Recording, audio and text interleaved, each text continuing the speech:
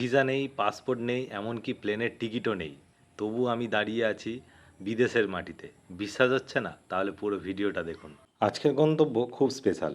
আমরা যাচ্ছি দার্জিলিংয়ের খুব কাছে, ভারত নেপাল সীমান্তের ওপরে এক অসাধারণ জায়গা। শিলিগুড়ি বা মিরিক থেকে দার্জিলিং যাওয়ার পথেই পড়ে এই রোমাঞ্চকর রাস্তা। যাত্রাপথে আমরা দাঁড়ালাম সীমানা ভিউ পয়েন্টে। এই জায়গাটার বিশেষত্ব কি জানেন? আপনি যে রাস্তা দিয়ে যাচ্ছেন তার ঠিক এক পাশে ভারত আর অন্য পাশে নেপাল। হ্যাঁ, কোনো কাঁটাতারের বেড়া নেই, জাস্ট একটা রাস্তা দুটো দেশকে আলাদা করে রেখেছে। এখান থেকে কাঞ্চনজঙ্ঘার রূপ সত্যিই মুগ্ধ করার মতো। সীমানা ভিউ পয়েন্ট থেকে একটু এগিয়েই আমরা পৌঁছে গেলাম আমাদের আসল গন্তব্যে, গুফা পাতাল ভিউ পয়েন্ট।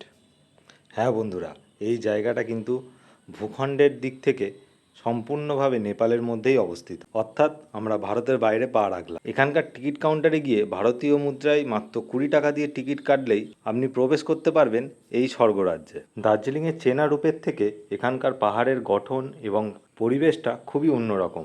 যারা একটু নিরিবিলি প্রকৃতির রূপ উপভোগ করতে চান তাদের জন্য এই গুফা পাতাল একদম পারফেক্ট জায়গা। এখানে দাঁড়িয়ে পাহাড়ের গঠন, হাওয়া আর মেঘের ছোঁয়া আপনাকে মুগ্ধ করবেই। 20 টাকায় এত সুন্দর অভিজ্ঞতা আর কোথাও পাবেন কিনা সন্দেহ। তাহলে আর দেরি কেন, পরের বার দার্জিলিং বা মিরিক আসার প্ল্যান করলে অবশ্যই আপনার বাকেট লিস্টে রাখুন এই গুফা পাতাল ভিউ পয়েন্ট। ভিডিওটা কেমন লাগলো কমেন্ট করে অবশ্যই জানাবেন। আর এই রকম আরও অফবিট ভ্রমণের হদিশ পেতে আমার চ্যানেলটাকে সাবস্ক্রাইব বা ফলো করে রাখুন।